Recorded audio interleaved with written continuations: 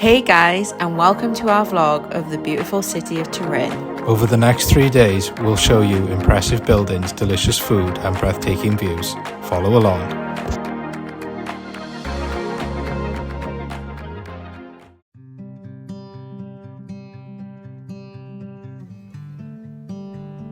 We started our first day in Turin by taking a scenic walk along the river. The River Po, which is the longest river in all of Italy, spans over 400 miles and runs through the entire width of the mainland. It starts in the western Italian Alps and empties into the Adriatic Sea in the east near Venice.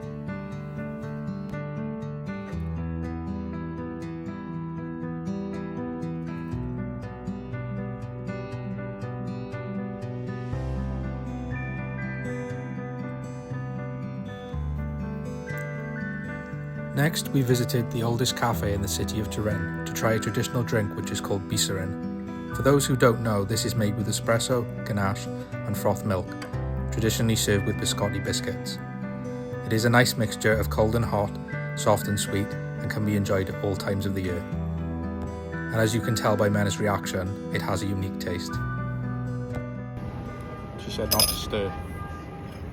Looks hot. Is it hot, not cold?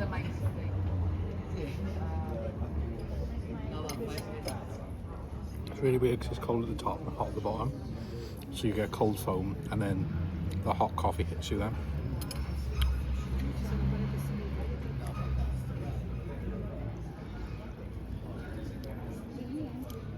It's nice. Kind of tastes like a bitter hot chocolate, I would say. But that's probably because it's third cream, third coffee, and then a third chocolate, or darker chocolate, but it's nice. I definitely recommend going there. After the cafe, we made our way into central Turin. We walked around the Piazza St. Carlo, which showed the impressive architecture of the city, and noticed a very slow-paced vibe. We'll be showing the palace grounds later on in the video when we walk around them.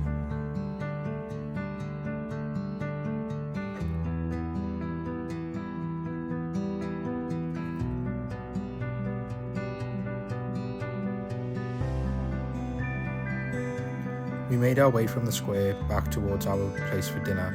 Tabisca specialises in Tabisca, which is a Sicilian pizza made with drum wheat flour.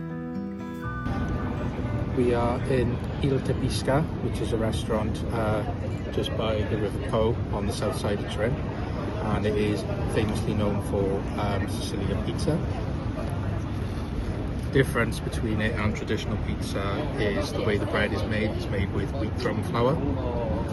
It's kind of a mixture, from what I've researched, between pizza and carpaccio. We ordered the traditional one and it came with anchovies, olives, red onions, cheese and tomato. So let's give it a try.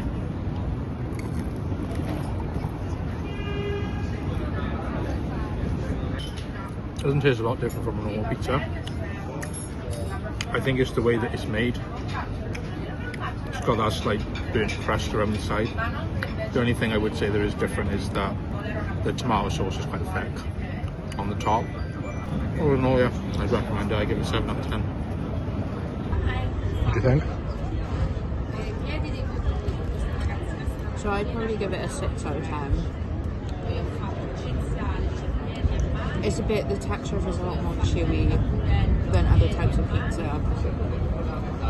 And the sauce is more of a puree, so it's got quite a sweet flavour to it. Yeah, I thought that too. And it's nice, but it's got quite a distinct taste. But that could also be because of the toppings that have been put on it as well. So this is bonnet, which is a traditional Turin dessert. It is, from researching it, Turin is part of the Piedmont region. This is Piedmontese custard cream with amaretto and cream. It kind of tastes like Christmas pudding a little bit when it's soaked in alcohol. If you like boozy desserts, then definitely get this one. Because I'm not the biggest fan of boozy desserts, I'd probably give this one a 6 out of 10. It's the texture of bread that's just been soaked in liquid. That's why I said Christmas pudding, because I thought it's like a... Yeah. like where you soak it in like a rum or a whiskey or something. It also is incredibly boozy. If you don't like those kind of desserts, I'm not sure if you would like this. I would probably rate it like a 5. I think the flavour is really nice, but the texture isn't for me, and I'm not a big fan of boozy desserts.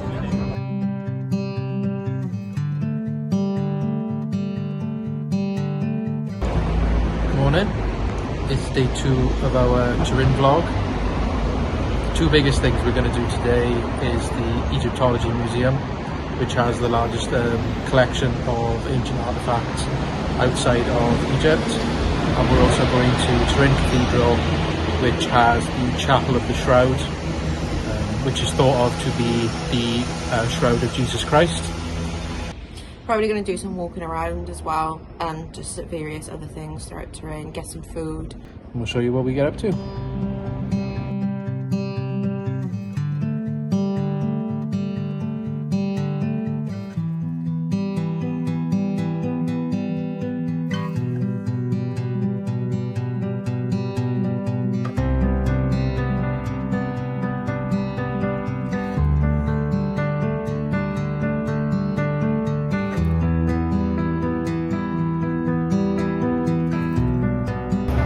We are in the Central Market Hall of Turin, and in tune with Italian cuisine and Italian culture, I'm going to try my first ever espresso.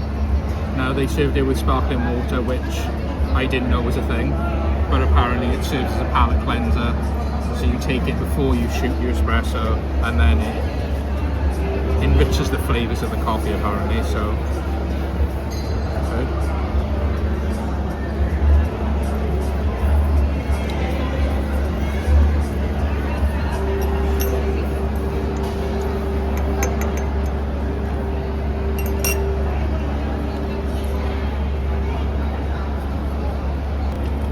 I don't think I'd get it every time because I'm not a big coffee drinker, but it basically just tastes like, to me, a shot of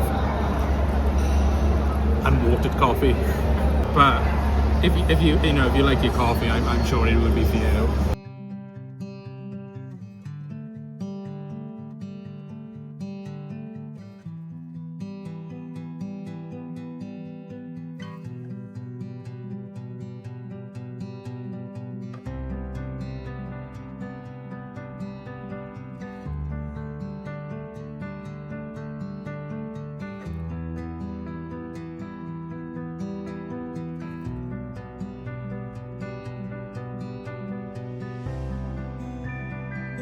So after breakfast, we decided to walk to the Egyptology Museum, which we'll put a few clips in, but it was really good. There was a lot of artifacts, loads of different things in there. It was a very big museum, very accessible though. There was lifts, wasn't there? Yeah, there was lifts, yeah. Yeah, so it was really interesting. It was actually really interesting to know why there was an Egyptology museum in Turin, which is kind of what we wondered when we did our research about coming here. And it dates back to the Savoy family, I believe. Yeah, it's around 16th century, I think.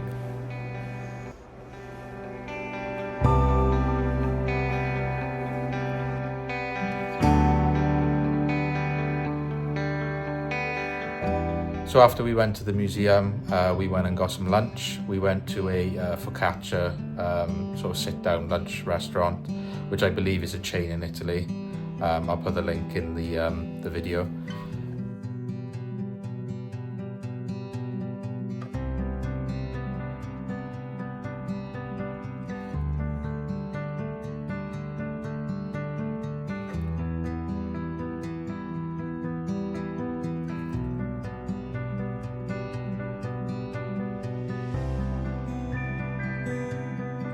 And we decided to make our way to the Church of the Baptist St. John, I believe it's called.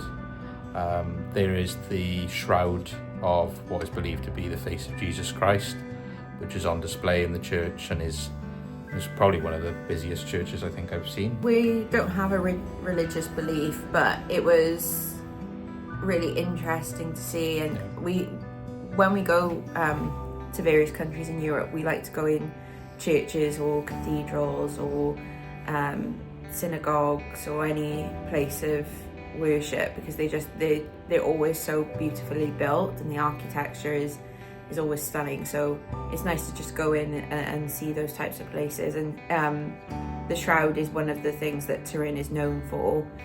So whether you believe it or not, I think it's just a good thing to go in and have a look at. So after we visited the church of Baptist St. John, literally right across, this wasn't planned, but right across the street there is it's like a little park that we kind of just stumbled upon. We weren't really looking for it. I think we were on our way to dinner. Yeah. And we just decided when we came out, we just turned right, literally just across from the church. There's some old ruins of the original walls of Turin. But when we actually went into the park, there was a lot of people walking there. The dogs, they all seem to be like in a group or something like that. And we have 3 dogs ourselves, so we're big. Yeah. We're big animal people, and we just literally just sat there for half an hour watching the dogs. Yeah, watching the dogs play. It was a very wholesome thing to see, I think.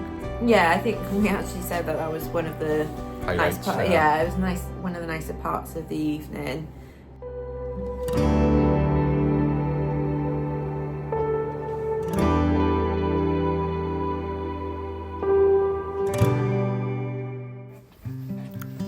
The Royal Palace of Turin is an historical palace of the House of Savoy. Built in the 16th century, it has been a UNESCO World Heritage Site since 1997. The palace gardens are free to enter, which is what we chose to do. We would recommend these as the gardens are very picturesque and beautiful.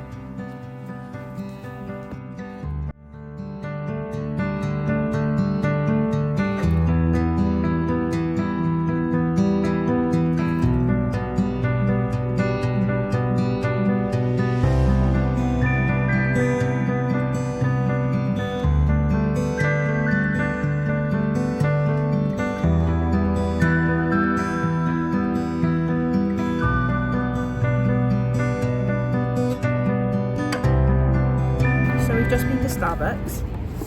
I'm currently on our way to get some lunch, but the reason that we went to Starbucks was mainly for the Italy mug. I don't know if you can see that.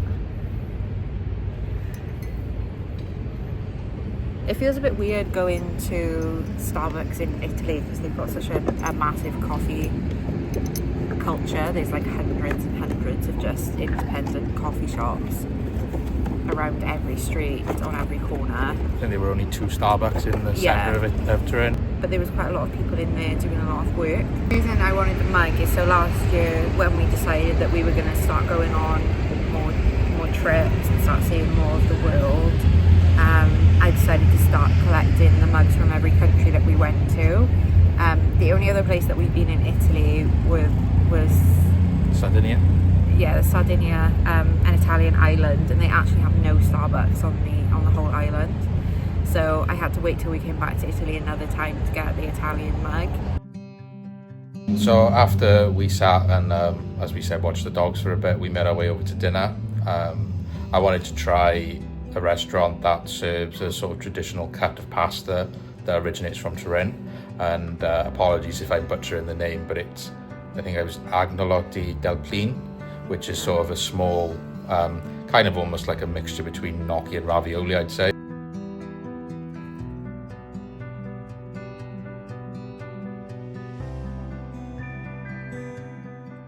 So it's our second full day now, so we're going to walk over to the other side of the river. Yeah, there's a few more things that I think we want to do. There's just a bit more on the outskirts, so today is mainly planned for doing those things. So just outside of the city, there's a 16th century church called Monte di Cappuccini. Apologies if I'm butchering the pronunciation again. But what it's also known for, as well as the church, is that it's got probably one of the best scenic views of the city of Torino. So we're going to go there and look around, try and get some good shots of the city. Then a bit further out from there, about 10 minutes further outside the city, is a UNESCO World Heritage Site, which is a royal palace that was built by the Savoy dynasty in around about the same century, I believe.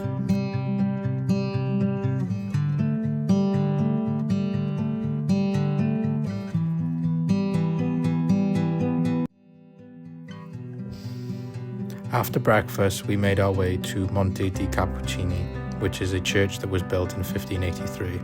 It is accessible by car or by a short walk, however this is at an incline as it is at the top of a hill, so please bear this in mind.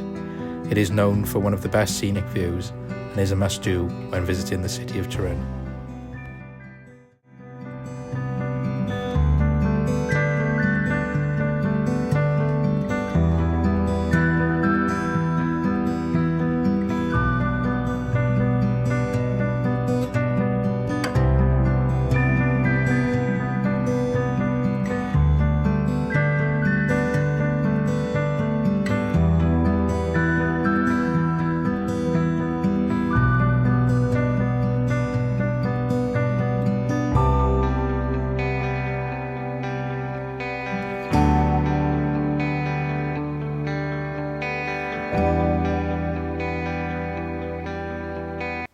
After a short lunch break, we made our way to Villa della Regina, another UNESCO World Heritage Site built by the Savoy dynasty.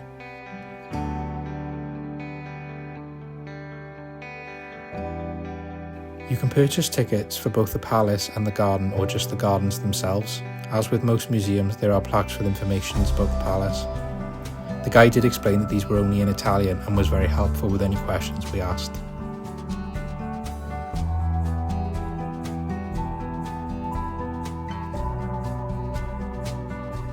The palace gardens were a particular highlight, with impressive water features and elevation, which provided us with our personal favourite shot of the city.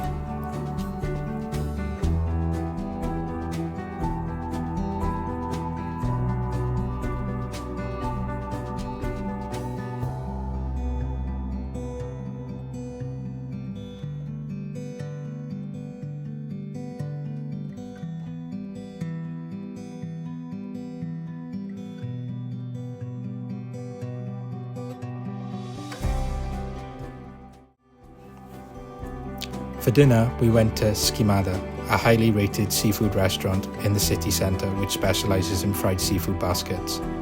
The food was excellent and we would highly recommend should you visit Turin. That was our 3 and a bit day trip to Turin. I hope you enjoyed it, and I hope you enjoyed seeing parts of the beautiful city, and it gave you kind of an idea of what you can do when you come here, because I think Turin isn't actually that well known as a city in Italy. We've really enjoyed it. It's been beautiful. It hasn't disappointed. There's been lots to do definitely for a smaller break. So if you did enjoy this video, we're hoping to do more. So if you'd like to follow along, please like and subscribe, and we'll see you on the next one.